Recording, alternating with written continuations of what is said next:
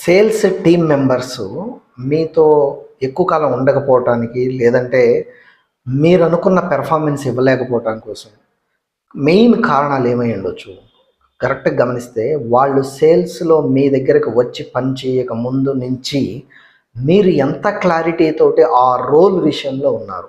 Number 1, ఎగ్జాక్ట్‌గా వాళ్ళు ఏ deliverables ఇవ్వాలి, ఏం టాస్క్‌లు కంప్లీట్ చేయాలి, అందుకు కావాల్సిన నాలెడ్జ్, స్కిల్స్, యాటిట్యూడ్ ఏ విధంగా ఉన్న వాళ్ళైతే సూటబుల్ అనే స్పష్టత ఒక సింగిల్ వైట్ పేపర్ మీద రాసి అలాంటి వాళ్ళని రిక్రూట్ చేసుకోవాలి.